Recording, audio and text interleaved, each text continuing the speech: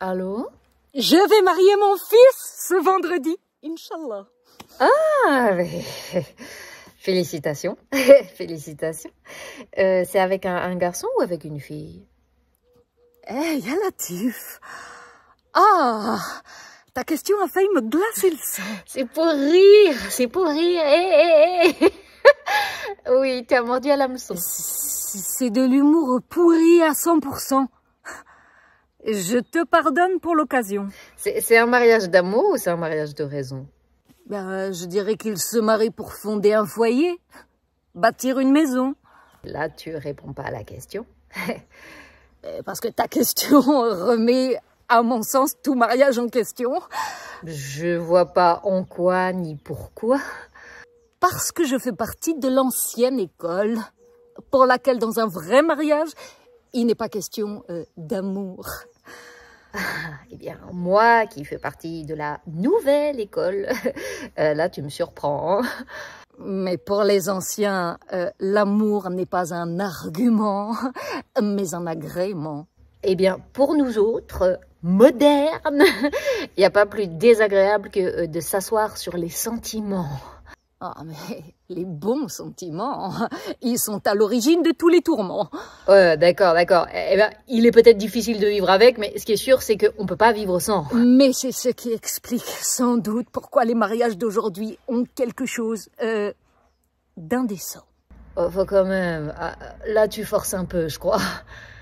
Plus de 3 mariages sur 4 commencent par amour et finissent par le divorce. Eh bien, il y a tout de même un quart qui échappe à ta règle. Mais ils finissent tôt ou tard par rendre l'âme ou les armes. C'est d'un pessimisme, mais d'un pessimisme inouï, ma petite chérie. Je préfère vider la bouteille que de la voir à moitié pleine. Donc, pour toi, il peut y avoir que des mariages de raison. Eh bien, c'est tout de même plus glorieux que d'avoir des mariages de saison. Je saisis pas bien là la distinction. Un mariage de raison, c'est avec l'éternité. Et un mariage de saison, c'est avec le temps. Ah, d'accord. Donc, toi, t'es persuadé que l'amour rend tout mariage saisonnier, donc provisoire, voire dérisoire. Mais c'est trop bien formulé, ça, pour une romantique. En somme, tu nous ôtes toute raison de nous marier. Et c'est effrayant.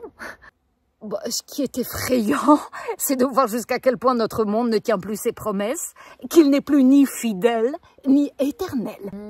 Parce qu'il est moins religieux, qu'il désacralise ce que tu sacralises. Mais il ne sait pas, il ne sait plus ce que c'est qu'un foyer. Un foyer. Il va falloir dans ce cas que tu nous éclaires.